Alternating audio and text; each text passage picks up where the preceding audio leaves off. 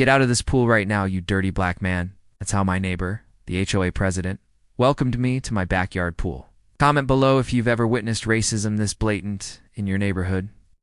All I wanted was a cold beer, maybe a dip in the pool my mother and I had saved years to build. And to try to forget it had been exactly 6 months since I'd buried her. The house felt emptier every day without Rosa Washington's voice calling out, her eyes narrowing behind her designer sunglasses with a look that made my stomach turn. "I don't think you understand, sweetheart," she said, the word sweetheart dripping with condescension. "This is the community pool, designated by the HOA for neighborhood use. You can check the regulations if you'd like." The 3 other women giggled like Sheedy just delivered the punchline to the world's funniest joke. "Jamal, baby, you home?" from the kitchen. But as I walked around to my backyard, expecting the peaceful solitude I'd grown accustomed to, I stopped dead in my tracks. For white women were lounging around my pool like they owned the place, complete with beach chairs, a Bluetooth speaker pumping out country music, and what appeared to be their second round of mimosas based on the empty bottles scattered around my patio furniture.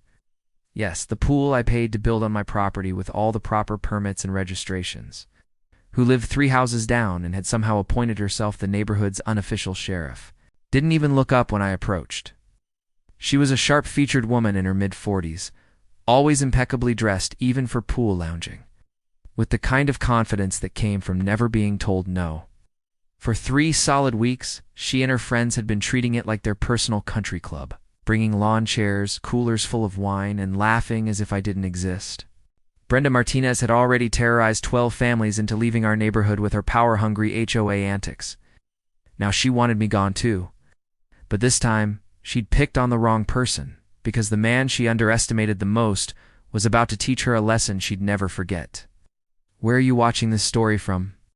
The August heat was brutal that Tuesday evening, when I pulled into my driveway after another long day of remote software engineering.